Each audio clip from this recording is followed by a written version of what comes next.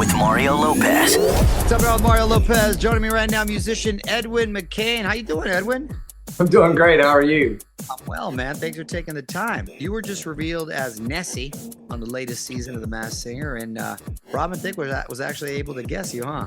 He pulled that one out. I shouldn't be surprised for as good a singer as he is. He would definitely be able to figure it out. That was good. Hey, that means you got a distinct voice. How'd you end up on the show? Were you a fan before?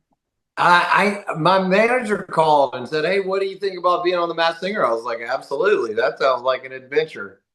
Yeah, and how hot was your suit? Cumbersome? How difficult was it to sing? It was 147,000 degrees in that suit. Oh my gosh. But I normally sing with a microphone, and they because they have a headset option, and I'd never done that.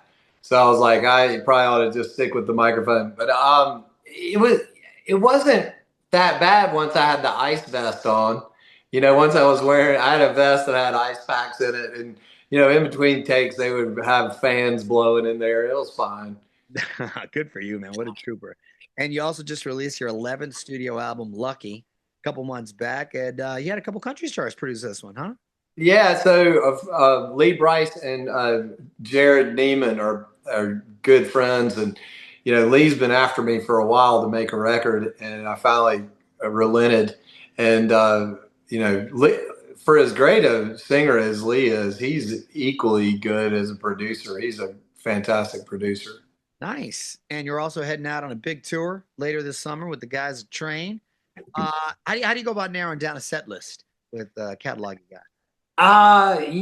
That's a good question, actually. And I have a pretty good idea of what I want to do, and then we'll see if it works the first couple of shows, and then if it doesn't, we'll make some adjustments. But I usually start with a hit and close with a hit. So like I've got two big radio songs, and so it makes it easier because I can open with one and close with the other. Yeah, no, I like that strategy. Do you ever do covers? Yes. Who do you like? Yeah. I have some obscure Seal covers that I do. I'm a big fan of Seal's. I play this one song he does called Whirlpool and Future Love Paradise. And we cover Teddy Pendergrass in our set. Hey, which Teddy P song? Love TKO. Yeah, just another. I love that song. That's great. Yeah. Dude, he was one of the first concerts I ever went to when I was a kid, and I think I was like 10 years old. Is that right? And Petty walked on the stage, and women started screaming so bad. I thought something had gone wrong.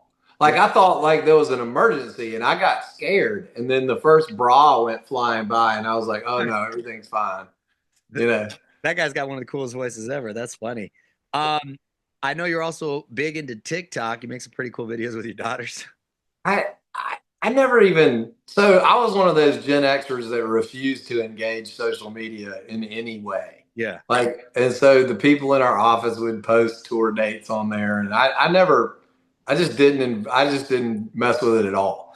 And then the pandemic hit, and I was stuck in the house with my kids, being the worst high school teacher in the state of South Carolina. And we quickly migrated into TikTok land, and I've never looked back. I love TikTok. I love it for all the different points of view, and all the like so many different people. Like I would never have a chance to understand their perspective. And if you approach it from that standpoint, it's a really cool thing. I mean, I know social media can be kind of a morass sometimes, but I really enjoy it for all the different people.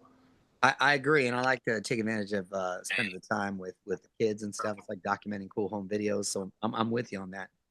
I can't believe it's been almost 30 years since your big hit "I'll Be" really put you on the map.